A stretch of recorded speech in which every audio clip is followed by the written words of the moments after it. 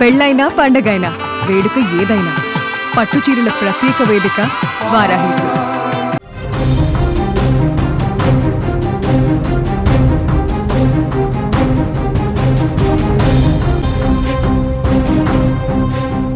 Ahmedabad airport సమీపంలో జరిగిన విమాన ప్రమాదంలో పరిస్థితులు చాలా భీతావహంగా మారిపోయాయి. ఒక్కసారిగా అక్కడ ఉన్న మనుషులంతా, ఒక గంట క్రితం అందరితో ప్రేమతో మాట్లాడుకున్న మనుషులంతా ఊహించని విధంగా శవాలుగా మారిపోయారు. ముఖ్యంగా బీజే మెడికల్ కాలేజ్కి సంబంధించిన హాస్టల్లో ఉన్న ట్రైనీ డాక్టర్లు భోజనం చేస్తున్నారు. భోజనం ప్లేట్లలో పెట్టుకొని తినే సమయంలో విమానం సరిగ్గా 1:38 అహ్మదాబాద్ ఎయిర్పోర్ట్ నుంచి ఎగిరింది. సరిగ్గా వాళ్ళు ప్లేట్లలో భోజనం పెట్టుకొని తినే సమయంలో విమానం వచ్చి హాస్టల్ని ఢీకొట్టింది. విమానం ఢీకొట్టే సమయంలో హాస్టల్లో 200 మంది విద్యార్థులు ఉన్నట్టుగా తెలుస్తోంది.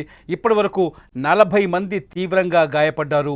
మరో 5 చనిపోయినట్టుగా అధికారిక సమాచారం అందుతోంది. స్థానికులు చెబుతున్న వివరాల ప్రకారం దాదాపు 200 మంది విద్యార్థులు ఈ మంటల్లో కాలిపోయి ఉంటారని స్థానికులు చెబుతున్నారు. ఎందుకంటే విమానం ఒక అతిపెద్ద బాంబు మాదిరిగా పేలిందని స్థానికులు చెప్తున్నారు. విజువల్స్తో చూడొచ్చు మీరు హాస్టల్కి సంబంధించిన దృశ్యాలు. విమానం పేలిన సమయంలో అక్కడ మంటలు ఏ స్థాయిలో వచ్చాయో. ఇటు మరోవైపు బాక్స్లో చూడొచ్చు విమానం టైర్లు వెళ్ళి ఎలా హాస్టల్ని ఢీకొట్టాయో.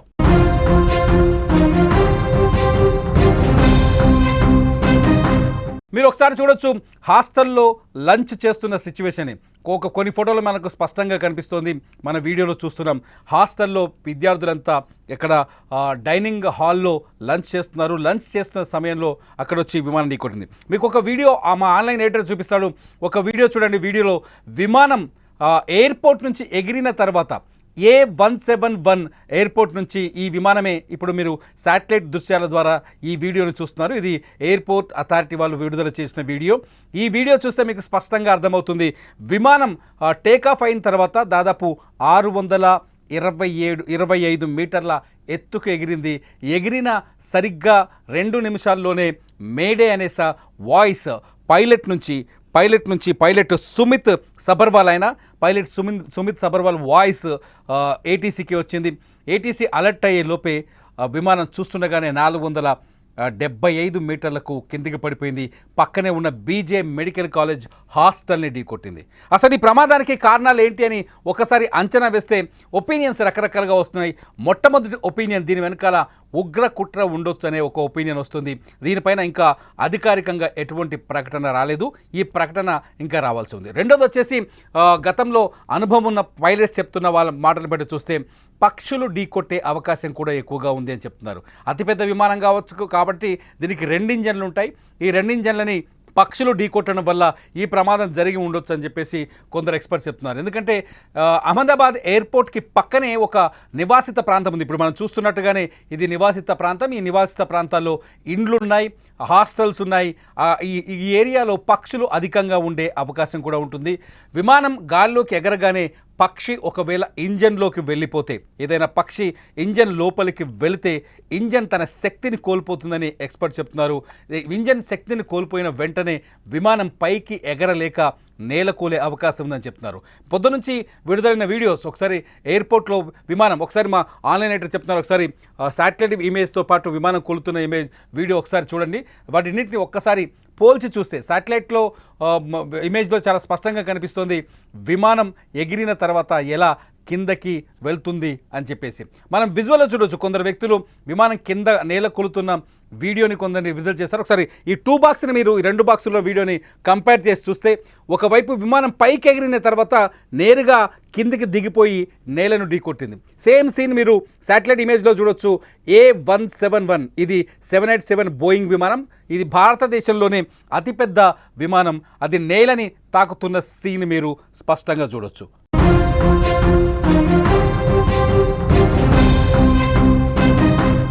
ఒక ఫ్లైట్ ఇలా పైనుంచి అంటే టేకాఫ్ అయిన తర్వాత నేల వైపు కిందికి దూసుకొచ్చిందంటే దీనికి కారణాలు 2 చెప్తున్నారు. ఒకటి ఇంజన్ ఫెయిల్ అవ్వటం, రెండోది వచ్చి పక్షిని ఢీకొట్టడం.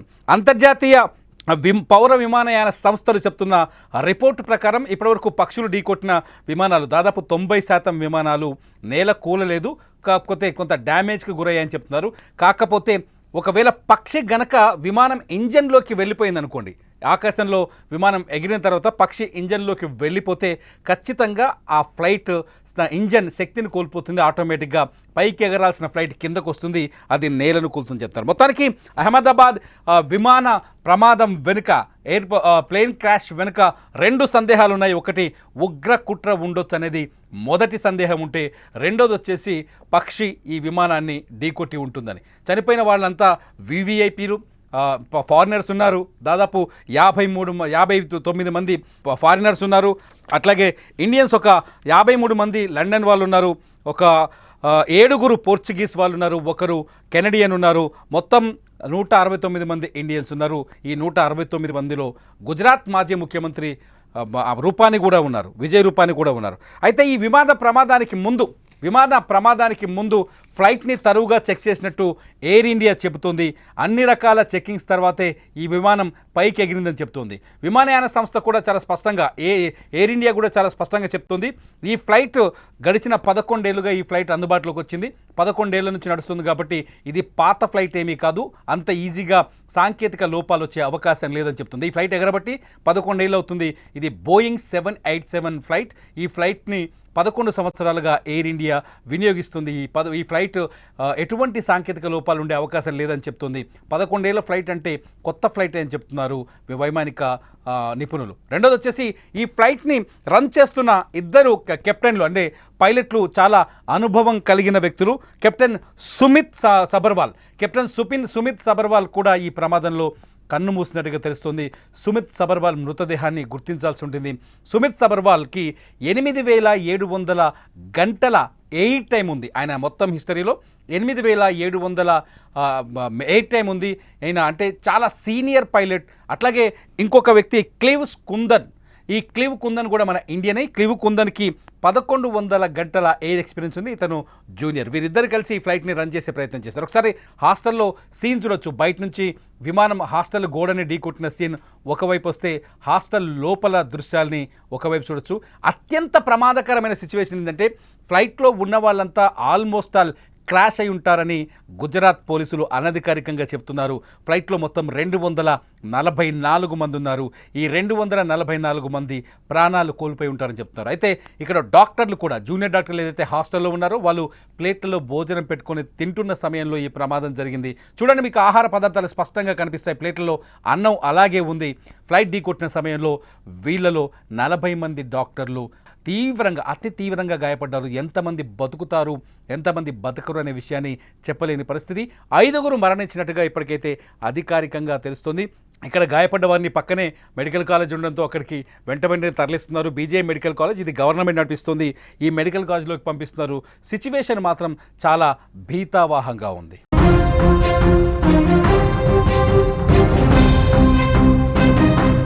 ఒకసారి అక్కడ ప్రత్యక్ష సాక్షులు రకరకాల విషయాలు చెప్తున్నారు. ప్రత్యక్ష సాక్షులు అంటే చనిపోయిన వాళ్ళు కేవలం 240 మంది మాత్రమే ఉంటారు, ఎక్కువ ఉంటారు. హాస్టల్లో దాదాపు 200 మంది జూనియర్ డాక్టర్లు ఉన్నారు. మెడికల్ కాలేజ్ కాబట్టి అక్కడే వాళ్ళు ఉండి చదువుకుంటున్నారు. హాస్టల్లో ఉన్న వాళ్ళ ఆ పరిస్థితులు ఇంతవరకు స్పష్టత రాలేదు. చీకటి పడుతోంది.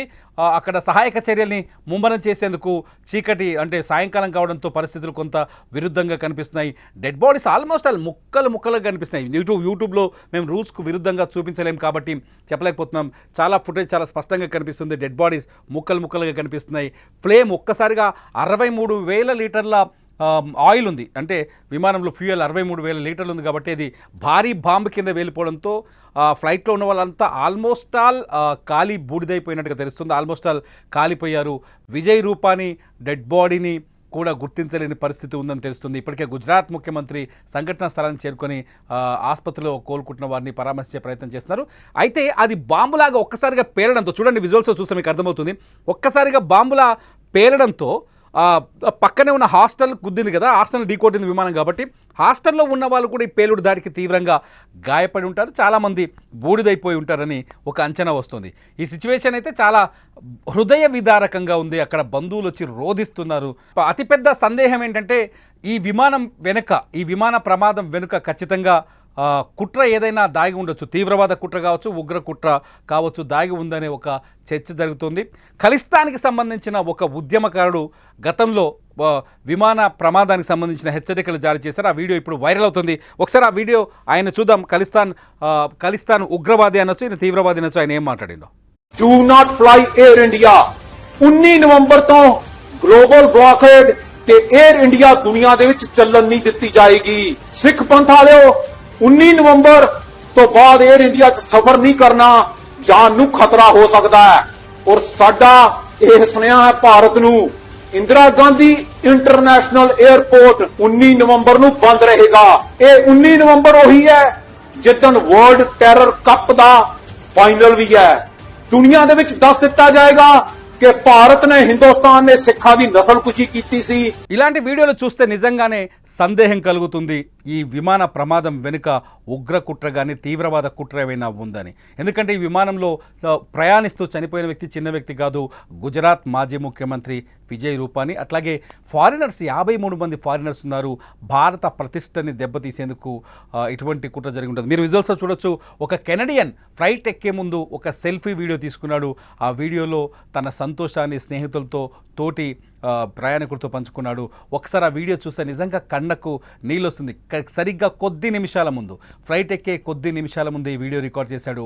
తను హ్యాపీ మూమెంట్స్ని, ఈ కెనడియన్ ఇతను ఒక కెనడాకి సంబంధించిన ప్రయాణికుడు, వాళ్ళ ఫ్యామిలీ మెంబర్స్ కోసం ఈ వీడియో రికార్డ్ చేసి బయలుదేరుతున్నాం ఇండియా నుంచి అని చెప్పే ప్రయత్నం చేస్తున్నాడు. పక్కనే ఇంకొక కెనడియన్, ఇద్దరు ఒకే దేశానికి సంబంధించిన వాళ్ళు. మొత్తం ఈ ఫ్లైట్లో 7 వ్యక్తులు ఉన్నట్టుగా తెలుస్తుంది. ఇది కెనడియన్ రికార్డ్ చేసిన వీడియో. 7 వ్యక్తుల్లో ఏమో పోర్చుగీస్ వాళ్ళు ఉన్నారు. మొత్తం అందరూ కలిసే ఈ ఫ్లైట్ ఎక్కినట్టుగా తెలుస్తుంది. 53 మంది బ్రిటిషర్స్ ఉన్నారు.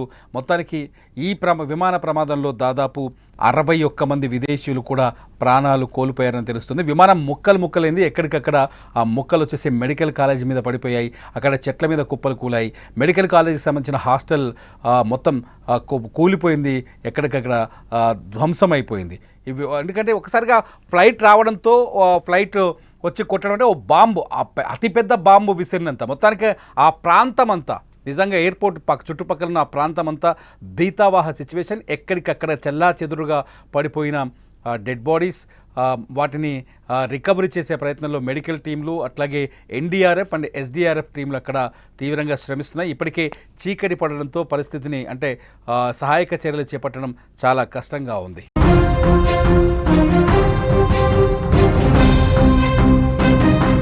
ఒకసారిగా హాస్టల్లో ఎవరైతే పిల్లలు డాక్టర్ చాలా కష్టపడి ఎంబీబీఎస్ పాస్ అయ్యి నీట్ ఎగ్జామ్ రాసి హాస్టల్కి వచ్చారు, అక్కడే ఉండి చదువుకుంటున్నారు. బీజే కాలేజీలో వీళ్ళు ఎంబీబీఎస్ చదువుతున్నారు. ఆ విద్యార్థులంతా ఊహించని విధంగా ఈ ప్రమాదానికి గురయ్యారు. విమానం రూపంలో మృత్యువు దూసుకొస్తుందని వాళ్ళు అంచనా వేయలేకపోయారు. అక్కడ సంబంధించి గుజరాత్ నుంచి సుమన్ టీవీకి నేరుగా ప్రత్యక్ష సమాచారం అందుతోంది. మా ప్రతినిధి హర్షిని మరి కాసేపట్లో ఈ స్పాట్కు చేరుకునే అవకాశం ఉంది. హర్షిని బయలుదేరింది. ఒక 30-40 నిమిషాల్లో హర్షిని అహ్మదాబాద్లో ప్రమాదం జరిగిన ప్రాంతానికి వెళ్ళే అవకాశం ఉంది. అక్కడ పరిస్థితిపై మీరు ప్రత్యక్ష వీడియోలు, ప్రత్యక్ష ప్రసారాల్ని సుమన్ టీవీలో చూడొచ్చు. Suman TV live and Suman TV digital లైవ్లో చూస్తూనే ఉండండి విమాన ప్రమాదానికి సంబంధించిన అప్డేట్ సమాచారాన్ని.